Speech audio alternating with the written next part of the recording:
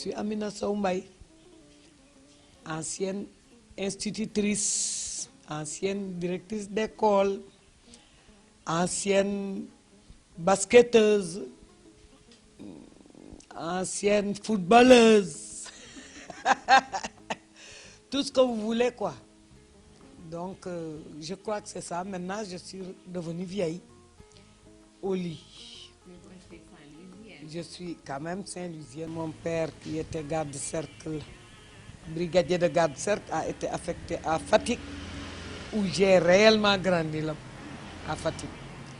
J'ai fréquenté l'école élémentaire là-bas, jusqu'au CM2. Et quand j'ai réussi à l'entrée en 6e, juste mon père prenait sa retraite pour qu'on vienne ensemble à Saint-Louis. J'ai été au collège Ahmed Fall.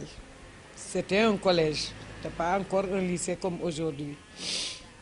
Et c'était dans le Sor aussi. Ce n'était pas dans le sud comme aujourd'hui. Et les études s'arrêtaient donc en 3e, au BFM seulement.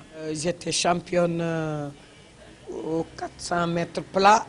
On faisait du basketball, c'est ça le sport des filles. La vie en internat était assez commode, assez agréable quand même. C'était le Sénégal, c'était aussi l'Afrique, je veux dire. Et chacun amenait quand même un peu sa culture. Et c'était des échanges en permanence. On n'était que des filles quand même. C'était le collège Ahmed Fall. On travaillait assez bien, on se reposait aussi.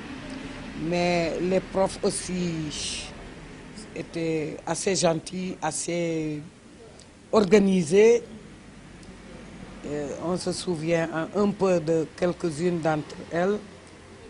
Par exemple, Madame Mbow, Amadou Makhtar Mbow, sa dame, était notre prof d'histoire-géo. Elle nous a beaucoup marqué. C'était avant l'indépendance. On ne pouvait pas être nombreux parce que les femmes, les filles en général n'allaient pas à l'école française. On leur faisait de l'arabe et elles restaient dans la cuisine. C'était des ménagères, de bonnes ménagères. Question de niveau peut-être. Ou bien on était un peu forcés parce que Amadou Makhtar Mbow, il faisait le tour des collèges et lycées uniquement pour essayer de recruter les filles, même si elles n'ont pas fini leurs études. Et moi, j'étais dans le cas. Il voulait des institutrices et des monitrices, même qui n'ont pas leur BOPC. C'était les monitrices, mais ils faisaient tout pour recruter.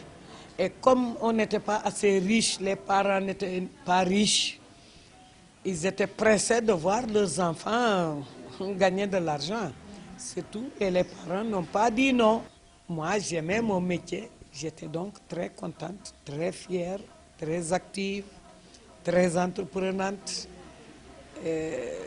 Très enseignante. Finalement, vous devenez directrice à force d'effort. Oui, à force d'effort, peut-être même pas à force d'effort, c'était peut-être le hasard. La directrice prenait sa retraite, j'étais la plus gradée du personnel et je l'ai remplacée. Facile, oui et non, parce qu'il y avait toujours quelques réticents, surtout parmi les garçons.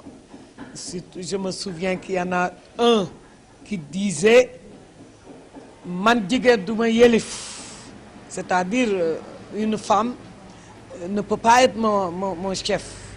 Finalement, il est devenu même mon ami, parce que je l'ai un peu ménagé et on a bien parlé et il est revenu à d'autres idées, d'autres sentiments. C'était par vocation. Il fallait que j'écrive et que je laisse quelque chose après moi.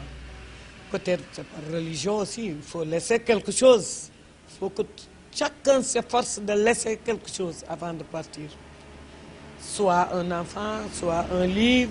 Le premier, c'est Mademoiselle, mais il y en a eu d'autres quand même.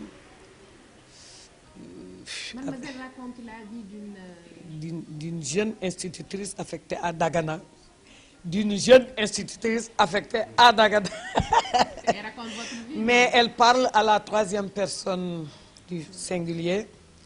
C'est toujours des L, des LA. Mais c'était un peu mon expérience personnelle, un peu. Dans presque les 3/4 du livre.